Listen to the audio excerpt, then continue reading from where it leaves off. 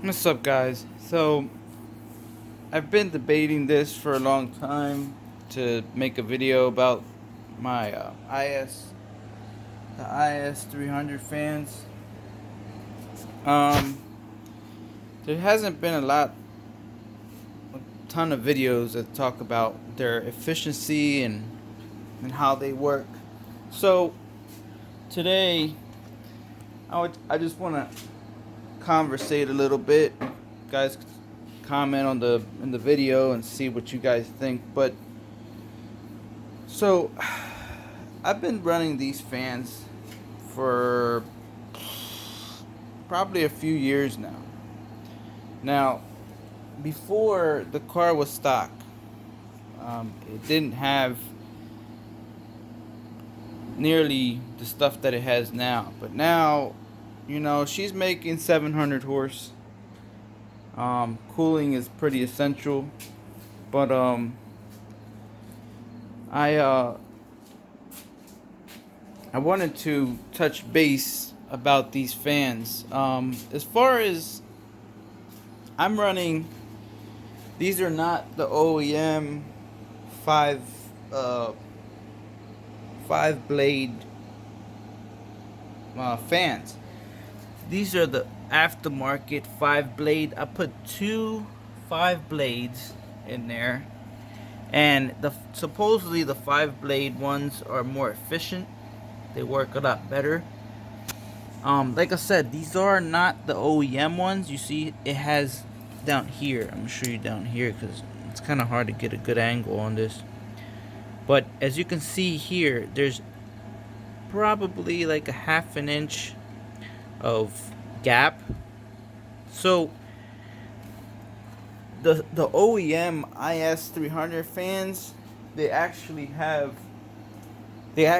fill up that whole gap, so it has more of a pull.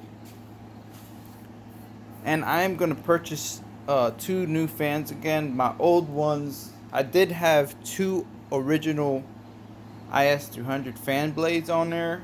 And what happened was, I went to Ocean City, and they ran great. I didn't have no issues.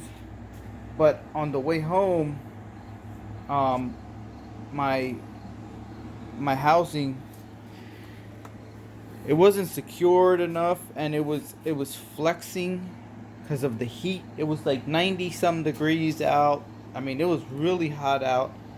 I was rocking the AC, driving on the highway, whatever, and I didn't notice that the fans were just way too close to the radiator. And what happened, they were on and cooling, and then once they flexed enough, they touched the radiator and they just spun out inside there.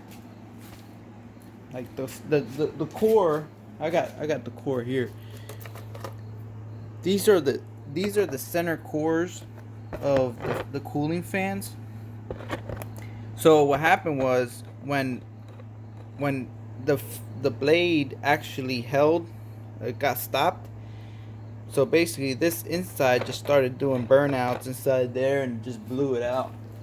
So here's I think this is a 7 blade. You can see that's the center core.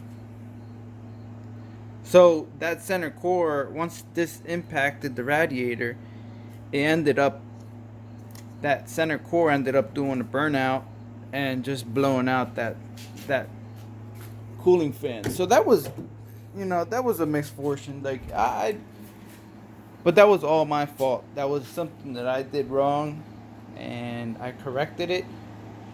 So now I have, I don't know, yeah, you can see it a little bit. I have a pretty nice gap there, but I have some weather stripping that I'm using, as you can see, weather all the ways around. So there's a good gap between the radiator fan and the radiator, but it's still sealed, so it'll cool very good. But like I said, once I get the stock OEM IS300 fans in, they'll cool a lot better. Efficiency. So I've kept track of how it cooled on, and we're talking about city driving or stationary, because highway driving, it's not really a good test to test these fans. You're getting tons of air hitting in or around the front of the car on the highway. You're going like 60, 70, 80 mile an hour. You're getting tons of airflow coming in through the front. So that's not really a good test to have. So driving in the streets, driving regular everyday stop and go traffic, just normal daily driving stuff, that's when you can see the difference, you know. So I daily drive this car almost every day, as much as I can. As you can see, I have my tablet here, and that displays the AM, infinity, all the gauges and whatnot. That shows all the values. Give me a second. I'll show you guys. All right. So here we're inside the car. So basically, I'm sorry, it's so close. I'm using my cell phone. So basically, this is what I see, and I keep my eyes on my tablet. It's this is just a log, so it's just showing you me basically driving. Was going 21 miles an hour. Second gear. I was in second gear. Around 2,500 RPMs. As you can see, that's the gauges there. So you can see I was going about 21 mile an hour and about 2,500 RPMs. And you know, my coolant temp is up here at 184 degrees. My air temperature was at 140, which is a little high, but you know, we're just driving slow. There's no you know, highway driving or anything. This is just city driving. You know, content right down here. Let's see if I can. Yeah, there you go. Flex content. You got fuel pressure right here. Yeah, I run my fuel pressure. My base fuel pressure is 64, 65, which it is high, but just to get to the 700 horsepower range, we had to bump up fuel pressure and whatnot. But anyways, that's not what this video is for. So yeah, as far as those cooling fans, so I basically sit here and I keep an eye on the coolant all the time while I'm driving around with this setup here. And I monitor it. And so anyways, so my impression of this radiator fan, here's another core, by the way.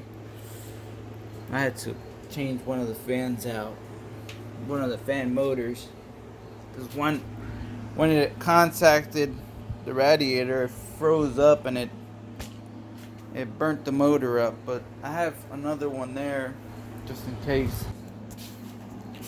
So as far as cooling system goes, so anything 85 degrees outside temperature below, I've noticed that if I run, we're talking AC driving the car around, city driving, stop and go traffic, whatever. No highway driving. This is just city, which is the worst. Um, I've noticed that anything below 85 degrees and outside temperature, the cooling system, this cooling setup works really good. I mean, I've noticed the temps go up to I have it set up 195 degrees. I'll have the fans come on in full blast.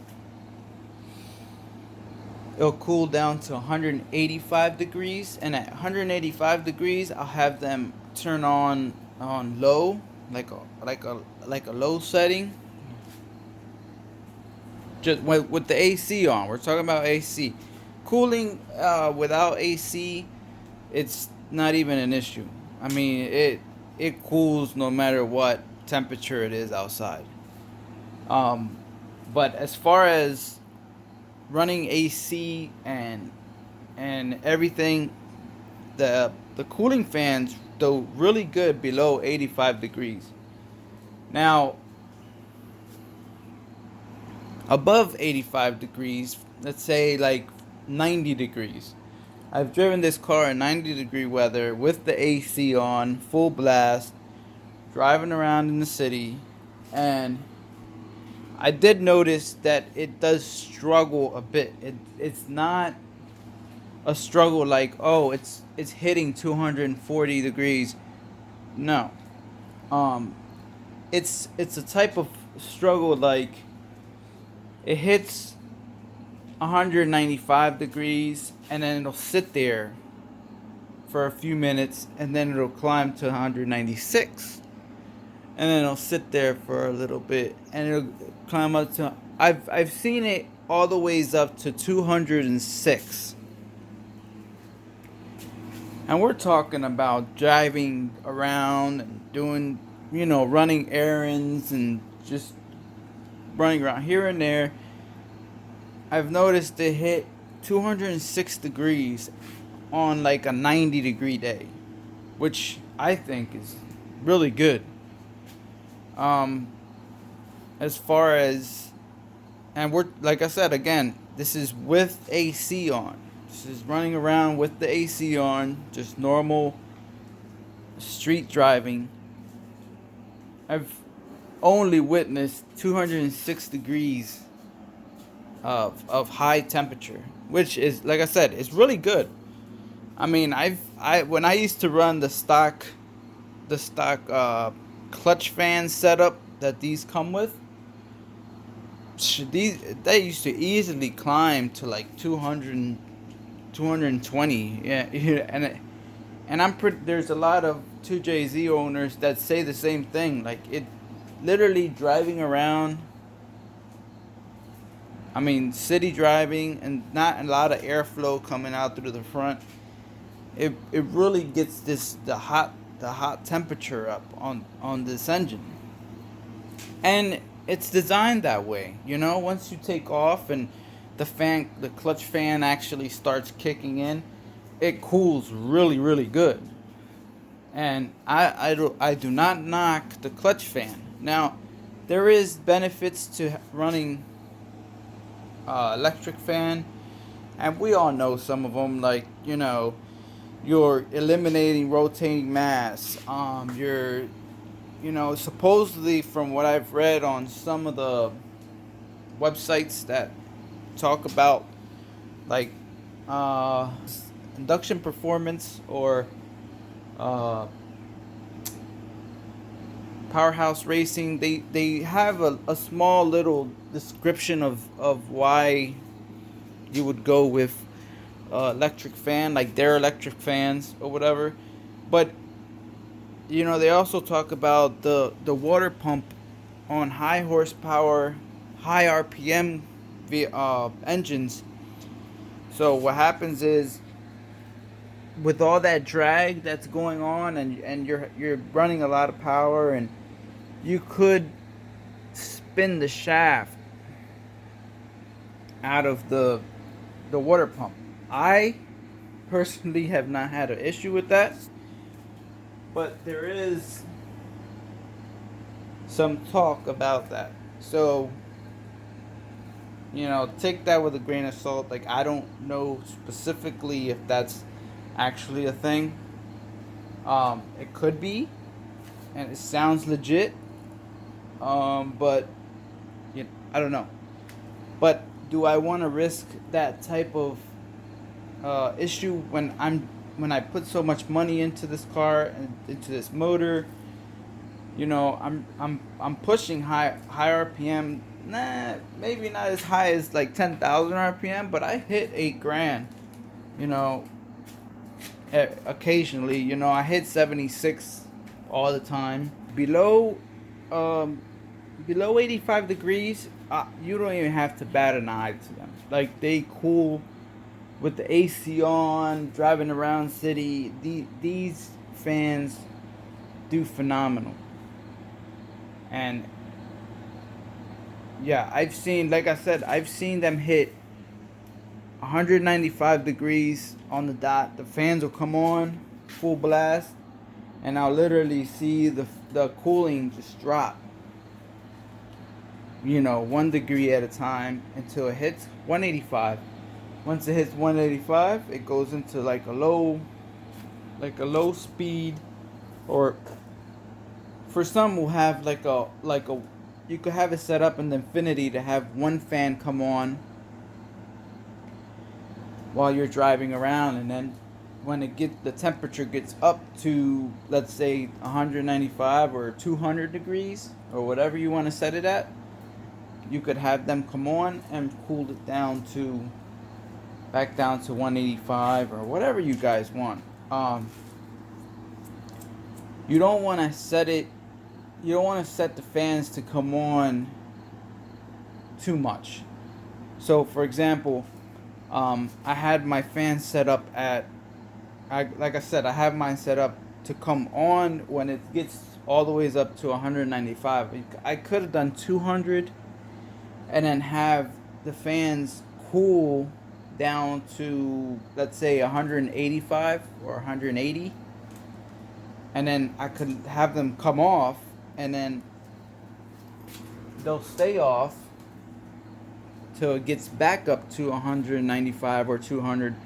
I mean, you don't want too much, but the point is so you can get it down far enough, and then they could stay off for a little bit so they could cool down, and then they'll come back on. You get what I mean? So you don't want your fans to continuously be on all the time.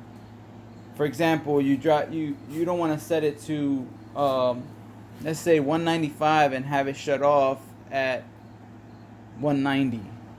That's 5 degrees. So you want to give it like at least a 10-degree difference, so that way it'll come on, and then it'll if, let's say, it gets close to 195 and you're on the highway and it's cooling the engine by itself, they won't even come on. So that's the whole point. Or they'll stay off for a longer period of time. So we're talking about a 4-inch intercooler. I'm rocking a 4-inch intercooler.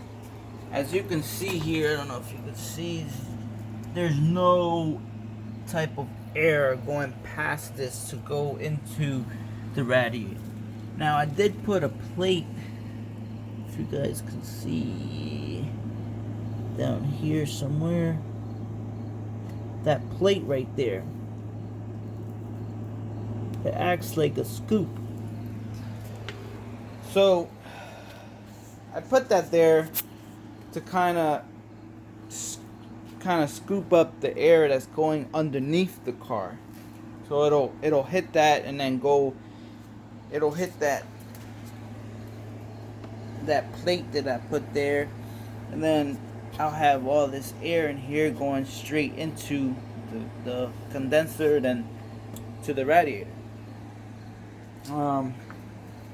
Does it help? I don't know. I'm gonna be honest. I don't know, but it's an idea. and you could see it underneath the car. You could see that it sticks lower than the intercooler. So it should, in theory, work really good. While mostly while you're on the highway, because driving in the city, you're not gonna pick up much air. So this engine bay doesn't flow a lot of air through it. So when you got the fans on, you're gonna have a lot of heat here. A good way is to get a vented hood. You know, vented hoods are not just for looks. You know, vented hoods are to get hot air out.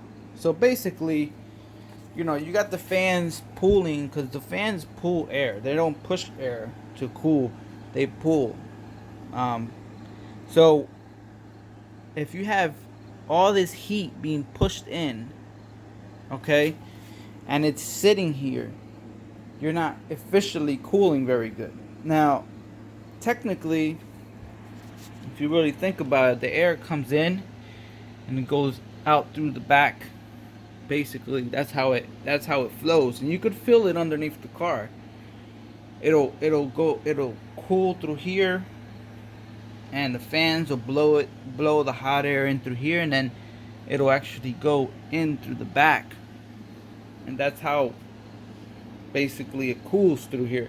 But if you have a vented hood, you could have some of it go out and come out the hood, you know.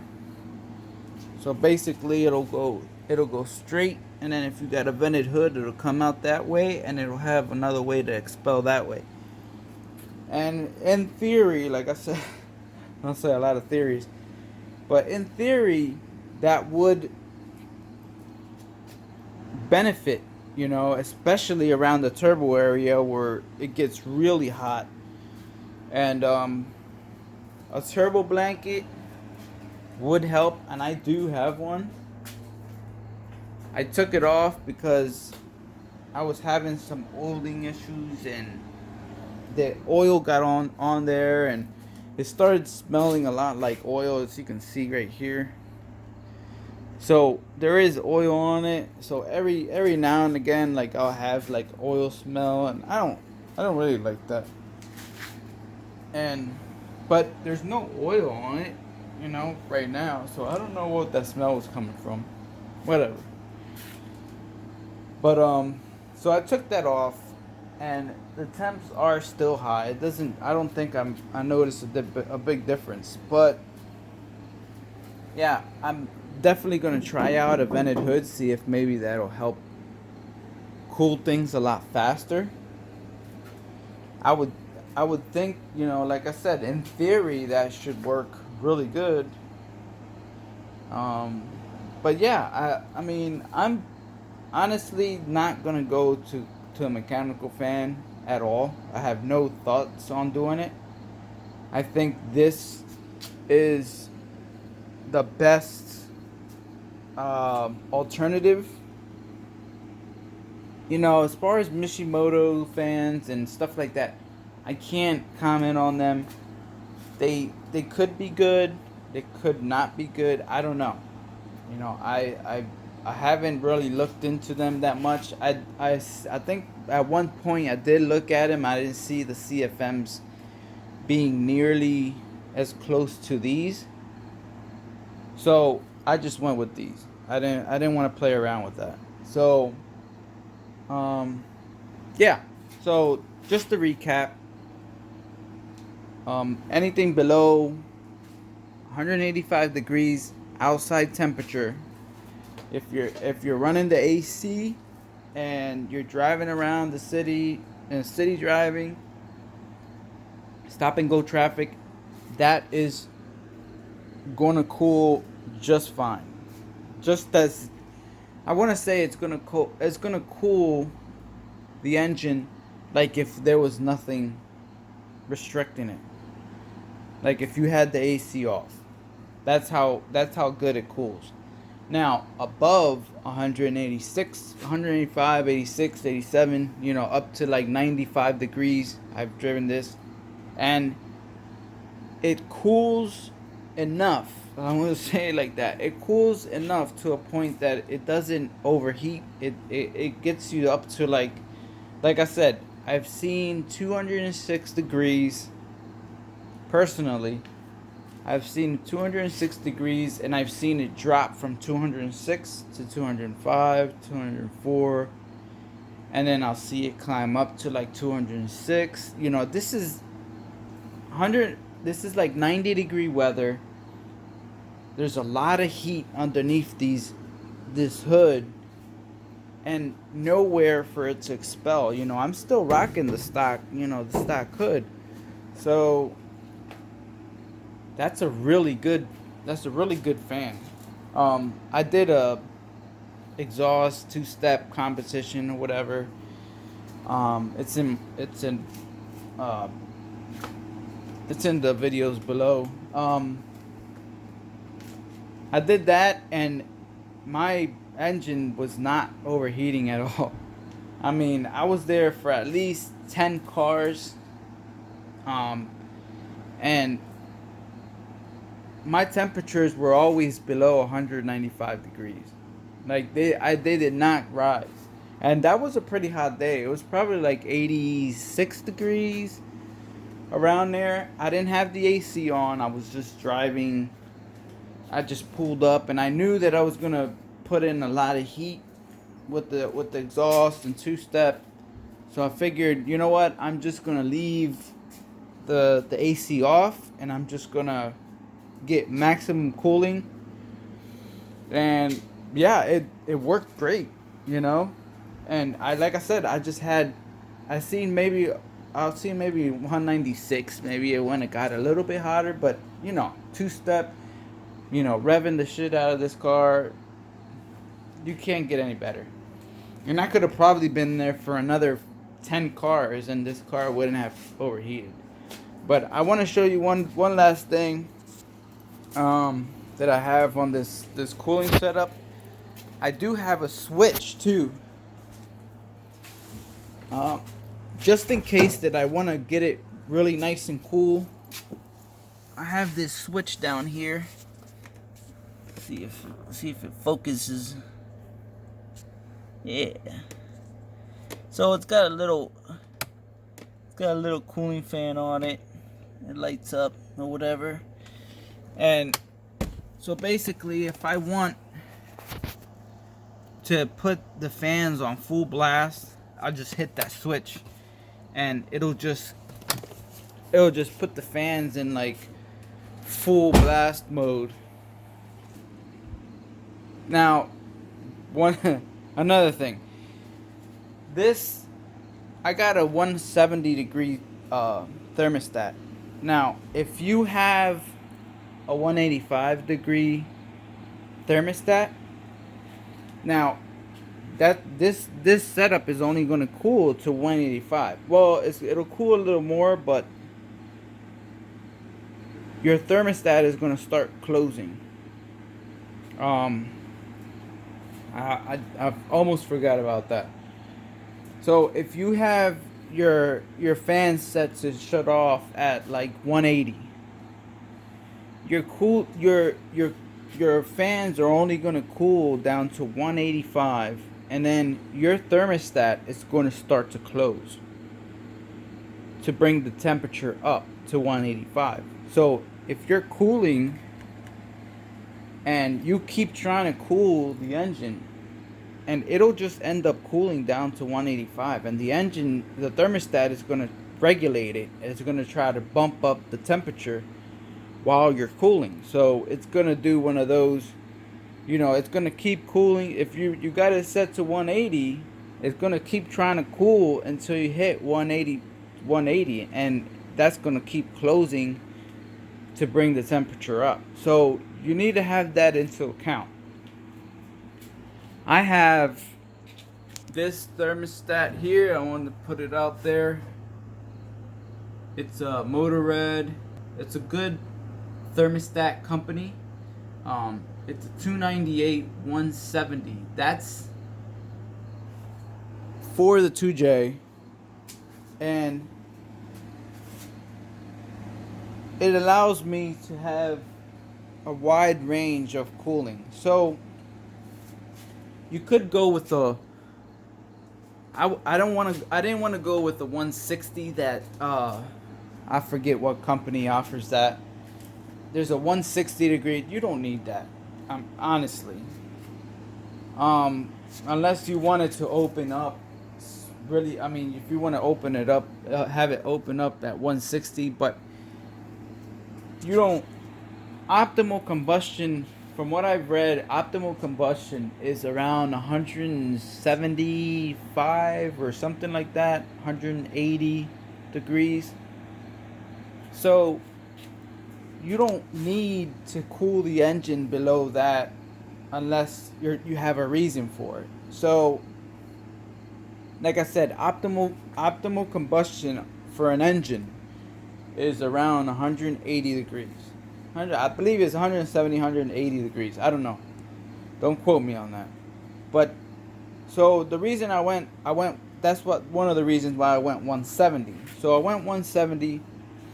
So if this starts cooling, I could set it anywhere from 195 degrees all the way down to 170 if I wanted to cool that much. Whichever way, and it'll cool down to whatever you want to set it. But if you have a big thermostat like 180 degrees, it's not gonna cool down below 180 because it's gonna compensate and try to open it up and it's gonna try to keep the temperature up. So your fans are gonna cool down to 180. Your engine's gonna start closing the thermostat, trying to bring the temperature up. So it'll basically keep it at 180, you know. But you want the fans to turn off.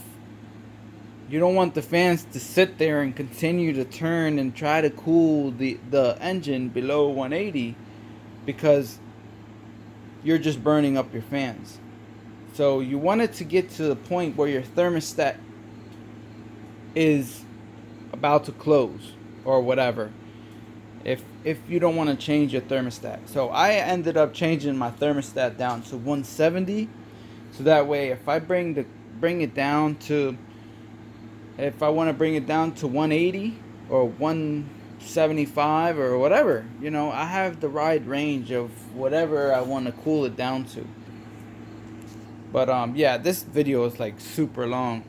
But I wanted to get all these points across because there's not a lot of in-depth. You know, you go to the forums, you read about it, you sit there for hours, and you know you're reading all these comments and people contradicting each other and da da da da.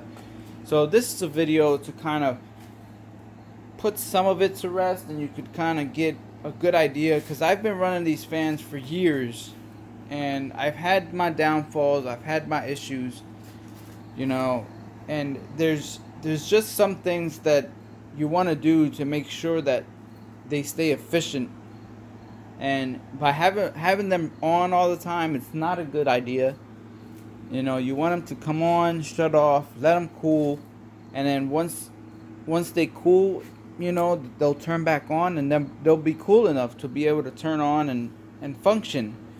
You know, if you just have the fan sitting there on the whole time, the fan with any cooling fans, they're going to just get hot. I mean, you already have hot temperatures in there. You want to limit the amount of time that the motor is on. But yeah, I think that's it. I think I've covered a lot of bases. I think this is a really good setup for everyone to use, especially like I said, if you track the car, like drag race or whatever, this is probably not as much of an issue for you because you're not always having the car on. It's not running all the time. You know, the car is just basically turning on, you're going down the strip, you come back, you shut it off, you let it cool, you know, and then it goes in the trailer, and then you put it in the garage. But if you're a daily driver, you got city driving, that this is what this is. You know, it makes 700 horse. It's a everyday daily driver, and it works great. AC works super cool. You know, I have no issues with it. So I'm gonna end it off here. Thanks for watching, and please like, share, subscribe. I wanna say all the people that subscribe, thank you for subscribing. This is my Instagram. If you want to follow me on Instagram, I post a lot of stuff on there, car related, only car related to my Lexus. Yeah, I would just follow me on Instagram, share, like, subscribe this video, help me get up on some of these subscribers, and maybe we could make some other cool videos. Maybe one day I'll do a full walk around on the car, you know. I need to get some views and some subscribers, so that way I can actually make worth doing a full walk around on this car. And I have a long story on how I had acquired this car and how much I paid for it and the whole process, and how it started from an NA non-turbo car to street beast. I want to say, because it's a monster on the street. But yeah, I have a whole story that, you know, this motor went through a few different progressions, you know, and it's just a long story. But yeah, hope you guys enjoy the video. Till next one.